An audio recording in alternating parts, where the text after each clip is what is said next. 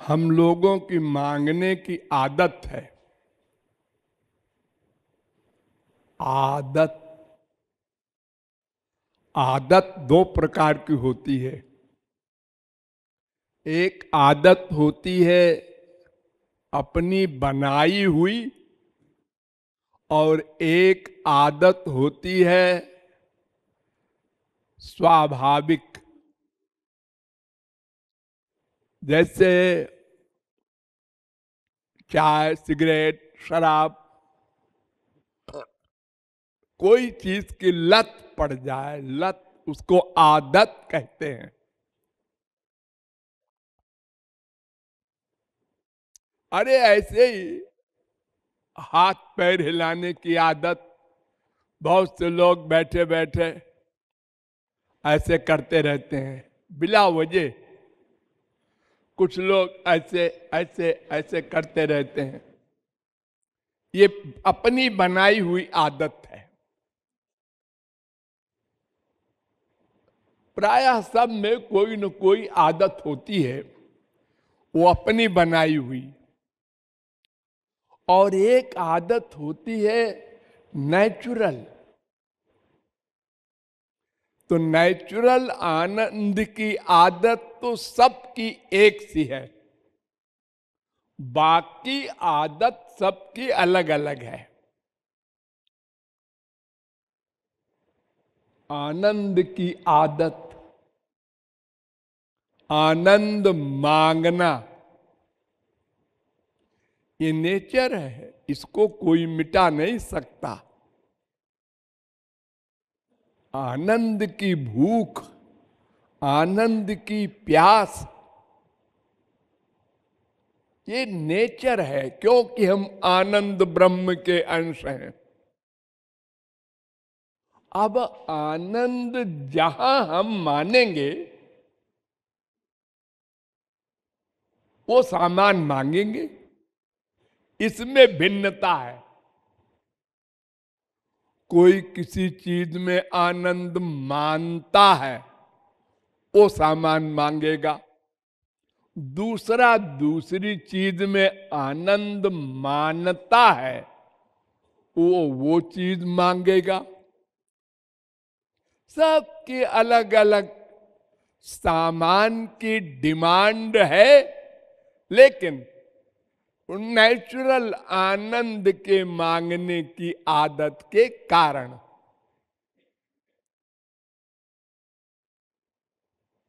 तो मांगने की आदत को कोई मिटा नहीं सकता जब तक आनंद मिल न जाए। अब आनंद जब मिल गया तो फिर कुछ मांगना, ये महामूर्खता। आनंद के मिल जाने के बाद फिर कुछ मांगता है। आनंद माने भगवान। भगवान मिल गए, अब भगवान से मांग रहा है। क्या मांगेगा भगवान से? अगर भगवान से भगवान के अलावा कुछ मांगेगा तो वो संसार ही होगा। तीसरी कोई चीज तो नहीं है मांगने की।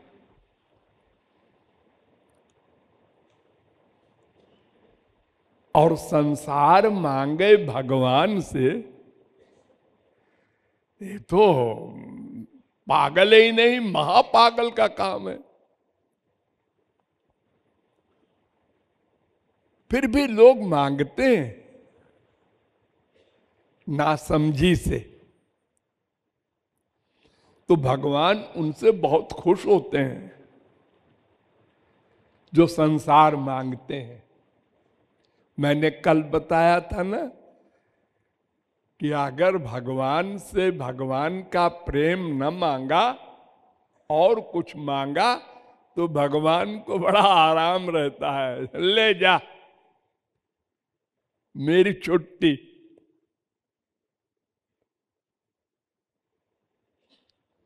तो भगवान से क्या मांगना चाहिए, ये प्रत्येक साधक अपने गुरु के अनुसार ज्ञान रखता है। उसका गुरु जिस क्लास का होगा, शिष्य को वही बताएगा कि क्या मांगना। क्योंकि भगवान कहेंगे जरूर वर मांगो, ये भगवान का कानून है, मांगने की बात वो करेंगे जरूर। प्रहलाद से कहा था वरम वृणीष्वाभिमतम,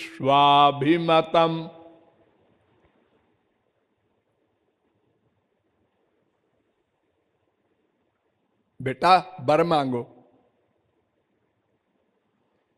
7वें स्कंद के 10वें अध्याय का 52वां श्लोक। लेकिन प्रहलाद नारद का शिष्य था और नारद वैष्णव के आचार्य प्लस भगवान के अवतार, ऐसे वैसे गुरु नहीं थे वो जगत गुरु के भी गुरु नारद जी। इसलिए वो चक्कर में नहीं आया और उसने नृसिंह भगवान से कहा यस्त आशीष आशास्ते न सभृत्य सबई बणिक। 7वें स्कंद के 10वें अध्याय का 4था श्लोक। प्रभु आप कहते हैं मांगो। अगर कोई अपने स्वामी से कुछ मांगता है तो वो दास नहीं है, बनिया है, बनिया, व्यापारी, बणिक।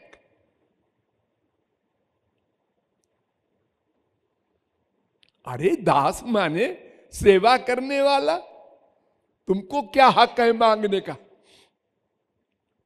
और फिर तुम्हारा स्वामी तो सर्वज्ञ है, उसको पता है क्या देना चाहिए, तुम अपनी टांग क्यों अड़ाते हो? और फिर तुमको मांगने की अकल भी तो नहीं है। इतना बड़ा तप किया हिरण्यकशिपु ने कि स्वर्ग लोक घबरा गया उसके तप से।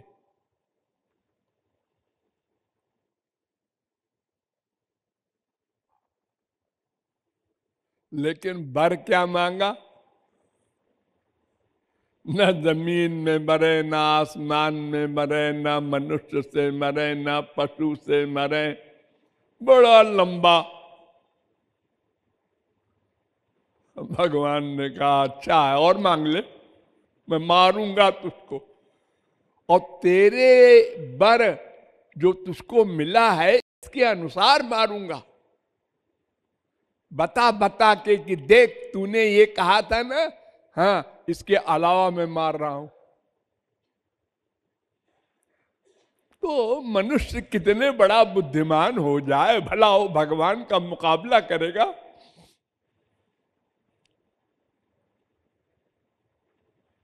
एक सुअर से प्रहलाद ने पूछा वैकुंठ चलेगा? तो उसने कहा वहां हमारा खाद्य पदार्थ है, पाखाना खाता है ना सुअर,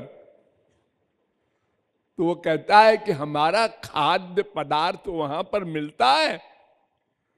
प्रहलाद ने कहा धात तेरी की, इसको यही सूझ रहा है। हाँ, तो हम संसार की कामना करते करते करते करते यही मांगेंगे। अरे हम लोगों की बुद्धि तो बिल्कुल जीरो है। स्वर्ग के राजा इंद्र की बुद्धि कितनी बड़ी होगी जो स्वर्ग का, देवताओं का शासन करता है। उसके सामने भगवान प्रकट हुए और कहा वर मांगो बेटा। तो उसने कहा ऐसी सुंदर लड़की दो जैसी दुनिया में कोई न हो। बताओ, स्वर्ग में लड़कियों की कमी है, और वो भी स्वर्ग के राजा के लिए।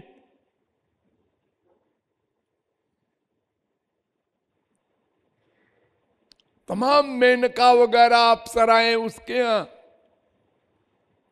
भगवान मुस्कुराए, उन्होंने कहा ठीक है ठीक है। हजारों खड़ी कर दिया लड़कियां भगवान ने योग माया से। और उसमें से उसने एक पहली लड़की देखा, और भगवान की बनाई हुई लड़की।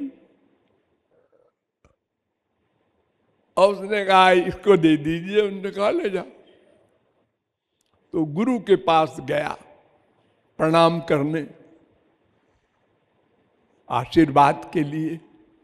बृहस्पति ने देखा कि ये नई लड़की आज इसके साथ क्यों है, कौन है?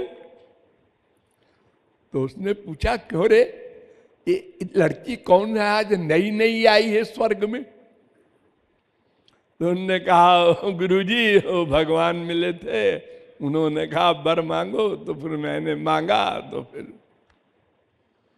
आधा तेरी की, गुरु को बदनाम कर दिया। यही मांगना था भगवान से। अनंत जन्म बीत गए, अनंत स्त्रियां मिली, अनंत पति मिले, अनंत बेटा बाप मिले, पेट नहीं भरा। तो हम लोग अगर भगवान से मांगेंगे भी तो अपनी माइक बुद्धि से माइक सामान मांगेंगे। इसलिए प्रहलाद ने कहा कि वो बनिया है जो मांगे। अहं त्वकाम त्वद्भक्त त्वंच स्वाम्यनपाश्रया। 7वें स्कंद के 10वें अध्याय का 6वां श्लोक। मैं आपका दास हूं, आपकी सेवा चाहता हूं, मांगता नहीं हूं और मुझे कुछ मांगना नहीं है। अरे ठीक है, बड़ी फिलॉसफी झाड़ रहा है छोटा सा बच्चा, सब मांगते हैं। अरे मुझसे सब मांगते हैं बेटा, कुछ तो मांग लो। प्रहलाद ने कहा क्या बात है, ये तो हमारे सिर हो गए। अब क्या करूं, आज्ञा का पालन न करूं तो फिर दास धर्म बिगड़ता है, और मांगू तो वो मांगना जो है वो भी दास धर्म के खिलाफ है। हमको तो सेवा का अधिकार है, मांगने का है नहीं। तो क्या करूं? नारद जी उसके अंदर बैठ गए और कहा बेटा ऐसा मांगो। प्रहलाद ने कहा मांगू? हाँ हाँ मांग मांग। कामानाम हृदय संरोहम भवतस्तु वृणे वरम। 7वें स्कंद के 10वें अध्याय का 7वां श्लोक। मुझे ऐसा वर दो महाराज कि मैं आपसे कभी कुछ न मांगू, यानी मेरी मांगने की भावना कभी पैदा ही न हो। अनंत काल के लिए गारंटी। भगवान ने कहा ठीक है जा, दिया ये वर।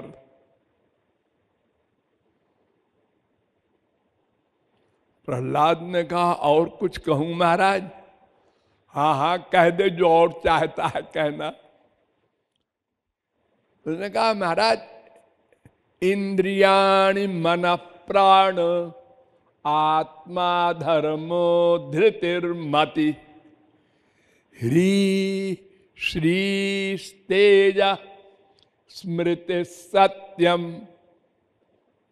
यस्य नश्यन्ति जन्मना। ये कामना ऐसी बुरी बात है, बुरी चीज है प्रभु, कि जिसने ये कामना को अपना लिया उसकी इतनी चीजें नष्ट हो जाती हैं।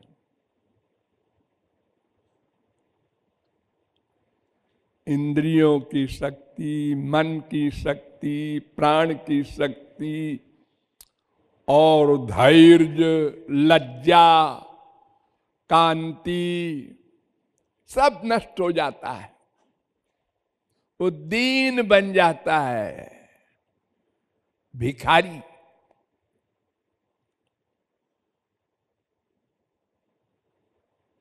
भगवान ने सिर हिलाया, हाँ हाँ ठीक कहता है। और बोलूं? हाँ बोल ले जो तेरी इच्छा हो। कि विमुंचति यदा कामान मानवो मनस स्थितान तर्हेव पुंडरीकाक्ष भगवत्वाय कल्पते। 7-10-9। महाराज, अगर सब कामनाएं कोई छोड़ दे और भगवान की सेवा मांगे केवल, वो भगवान बन जाए, भगवान के बराबर हो जाए। तस्मै तज्जने भेदा भावात, नारद जी ने कहा था। भगवान और भगवान को पा लेने वाला निष्काम भक्त, दोनों में भेद नहीं होता। जानत तुम ही होई जाई। अरे मान लो कि थोड़ा सा भेद है सृष्टि करने का, उससे क्या मतलब? जो ज्ञान आनंद वगैरह भगवान के पास है वो तो मिल ही जाएगा सदा के लिए। तो भगवान ने सिर हिलाया कि बड़ा पक्के गुरु का चेला है। तो कामना संसार में करना तो ठीक है, अज्ञान के कारण हम संसार की कामना संसार से करते रहे।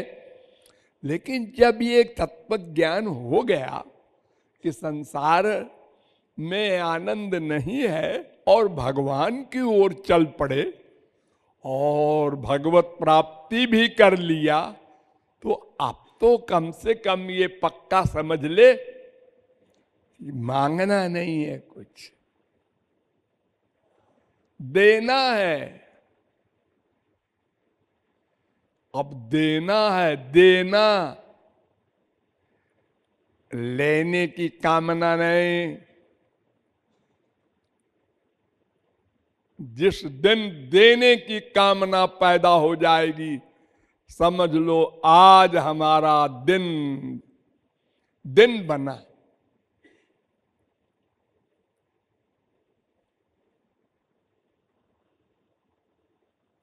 सौभाग्य का दिन। हम गुरु से भी यही चाहते हैं, लेना। लो, लेकिन क्या लो? वो ज्ञान लो जिससे मांगना बंद हो जाए। निष्काम प्रेम, सेवा भावना, ये ज्ञान प्राप्त करो जो परमावश्यक है। अज्ञान वाला ज्ञान नहीं। तो भुक्ति हो या मुक्ति हो या कोई भी कामना हो, अरे भगवान के पास रहना ये भी कामना है। भगवान के पास रहना, हाँ। अगर भगवान चाहते हैं हमसे दूर रहो, ठीक है। जैसे हमारे प्रभु को सुख मिले, बस। 4 प्रकार की मुक्ति होती है भक्तों की भी। उसमें एक है सामीप्य मुक्ति, भगवान के समीप रहूं, सदा उनको देखता रहूं, ये कामना। तो निष्काम भक्त कहता है तुम भी गए, क्यों मांगा ऐसे? भगवान को देखता रहूं। अरे उनको नहीं पसंद है तो 1000 भक्त इकट्ठे होके उनको देखते रहे तो उनकी तो प्राइवेसी खत्म हो जाएगी। ना ना, वो जैसा चाहे वैसा करो, अपनी टांग ना अड़ाओ, उसको निष्काम कहते हैं। उनकी इच्छा में इच्छा, अपनी इच्छा नहीं। इसलिए सार्ष्टि, सामीप्य, सालोक्य, सारूप्य, ये 4 मुक्तियां भगवान के लोक वालों को मिलती हैं, वो भी नहीं चाहता। दीयमानम न गृह्णन्ति बिना मत सेवनम जना।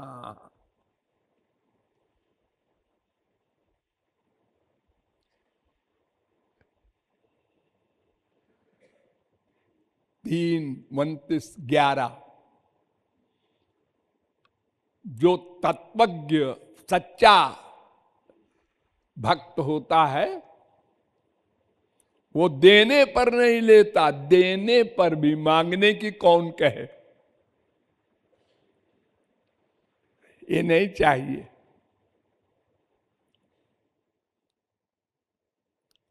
इसलिए उनकी इच्छा में इच्छा रखना, और इच्छा में इच्छा का मतलब खाली उनको सुख देना, जिस प्रकार उनको सुख मिले,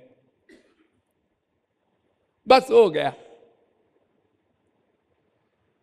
हम लोग 1000 बार सुनकर समझकर भी गलती करते हैं। हम जैसा चाहते हैं ऐसा करें, भगवान हो चाहे महाराज जी हो, हम जैसा चाहते हैं वैसा करें। यानी हम गुरु हैं, हम स्वामी हैं, और वो दास बन जाए हमारे, हमारी इच्छा अनुसार चलें। हाँ, नहीं चले, मूड ऑफ।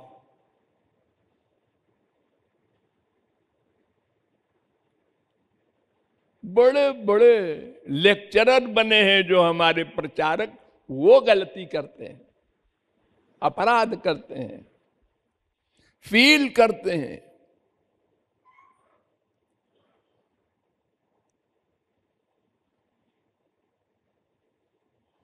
वो जो चाहते हैं वो हम करें, एक फार्मूला रट ले बस, और क्या है तत्व ज्ञान। हम जो चाहते हैं वो करें, ये तो उल्टा हो गया, ये सेवा थोड़ी हुई, ये तो उनको हमारी सेवा कर रहे हैं, ये अर्थ हो गया इसका। हम चाहते हैं ये खा ले, हमने दिया तो नहीं खाया, उसने दिया तो खा लिया है। कहां चले गए तुम? हाँ, गलती हो गई, हमको ये नहीं सोचना चाहिए था। हमारी ओर नहीं देखते, उसकी ओर देखते हैं। हाँ, अपराध कर दिया तुमने। अरे वो सबकी ओर देखें, उनको जिसको देखने से सुख मिले उसको देखें। ये सारे भक्तों का भगवान के प्रति क्या व्यवहार होता है? जीवों को भगवान का बनाओ,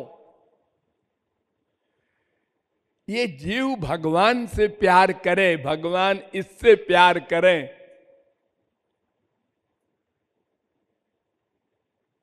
ये तो संसारी प्यार जो स्वार्थ का होता है, उसमें ये सब गंदी भावनाएं होती हैं। हमसे ही प्यार करें। गुरु और भगवान के प्रति हमको निष्काम प्रेम का ही अभ्यास करना है, वरना हम थोड़ा सा आगे बढ़ेंगे फिर लुढ़क जाएंगे, फिर थोड़ा सा आगे बढ़ेंगे फिर गिर जाएंगे। अभ्यास करने से होगा, हर समय होशियार रहना होगा, और कभी गलती हो जाए फिर भी तो फील करना होगा अब दोबारा न होने पाए गलती। तो साधना करने के साथ साथ ये सब तत्व ज्ञान भी साथ साथ चले तो साधना फिर गिरेगी नहीं, बढ़ती जाएगी। और अगर थोड़ा सा कपड़ा धोया और फिर गंदगी में डाल दिया, अपनी इच्छा की पूर्ति रूपी गंदगी, तो फिर कभी भी कपड़ा धुल नहीं सकता। और यही किया हमने अनादिकाल से अब तक। अनंत गुरु मिले हैं, लेकिन वहां भी ईर्ष्या द्वेष। अरे वेद में कथा है,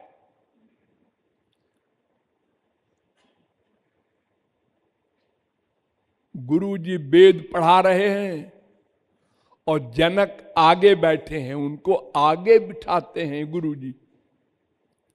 वो राजा थे, तो बाकी जो लोग थे शिष्य, उनको ईर्ष्या होने लगी। हाँ भाई, वो राजा है ना, इसलिए उनको गुरु जी आगे बिठाते हैं।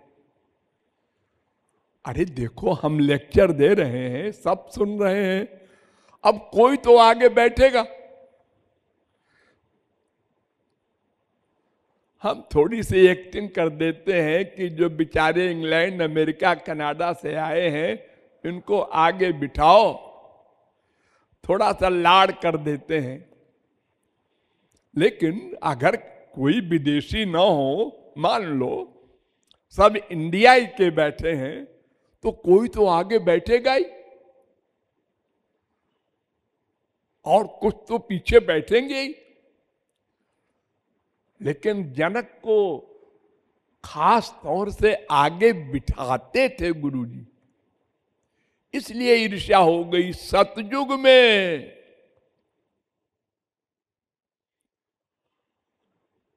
और गुरुजी को मालूम हो गया कि कीड़ा पैदा हो गया है शिष्यों में, तो गुरुजी ने परीक्षा ली। उन्होंने योग माया से झोपड़ी में आग लगा दी। झोपड़ी में रहते थे शिष्य लोग जंगल में, ये पत्ते वत्ते की झोपड़ी बना के, कोई पक्के मकान और आश्रम उस जमाने में नहीं होते थे। अब क्या था उन शिष्यों के पास? थोड़े से एक लंगोटी लगाने की, ब्रह्मचारी के पास एक ओढ़ने का, बस 2 वस्त्र होते थे, एक कमंडल, बर्तन, बस 2-4 चीजें होती थी। उसी के लिए सब छोड़ के वेद मंत्र का पढ़ना भाग पड़े सारे शिष्य। और आग लग गई, आग लग गई, दौड़ो भागो, बचाओ अपनी कमंडल, अपना लंगोटी। गुरुजी बैठे मुस्कुरा रहे थे। खैर गुरुजी ने यों किया, आग बुझ गई, सब लौट आए। इसके बाद जनकपुर में भी आग लगा दी गुरुजी ने। जनक के राज्य में, महल में। अब वहां से भी भाग कर कर्मचारी आए, राजा साहब महल में आग लग गई, सब जल गया। उन्होंने कहा आउट। हाँ गुरुजी पढ़ाइए आगे।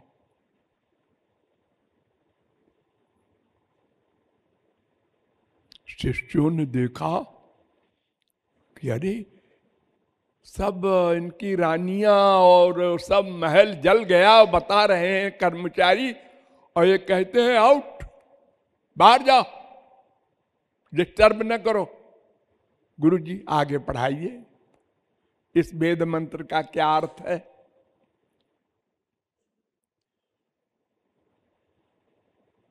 कर वो तो नाटक था खाली, कहीं आग वाग तो लगी नहीं थी। जब सब चले वले गए कर्मचारी, तो गुरुजी ने कहा कि आप लोगों ने देखा, आप लोगों की एक लंगोटी थी और आप लोगों ने वेद मंत्र पढ़ना बंद करके और लंगोटी के लिए भागे।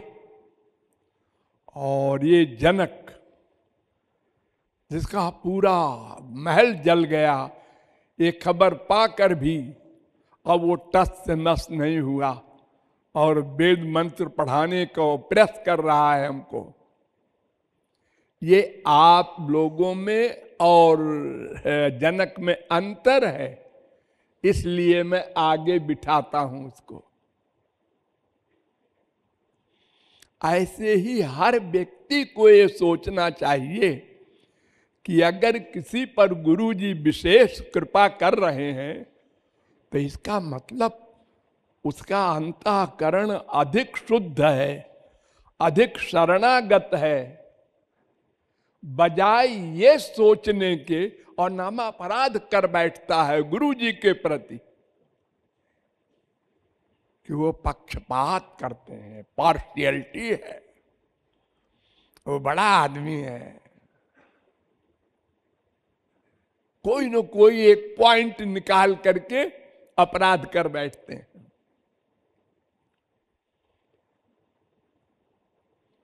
तो ये बहुत समझने की बात है। स्पिरिचुअल जगत में चलने में जो गड़बड़ करते हैं हम लोग, उस गड़बड़ी को समझो और ठीक करो, तो फिर साधना का फल दिन दूनी रात चौगुनी उन्नति का मिले। नहीं तो वहीं के वहीं रह जाते हैं, 0 गुणे 10 बराबर 0 या 10 गुणे 0 बराबर 0।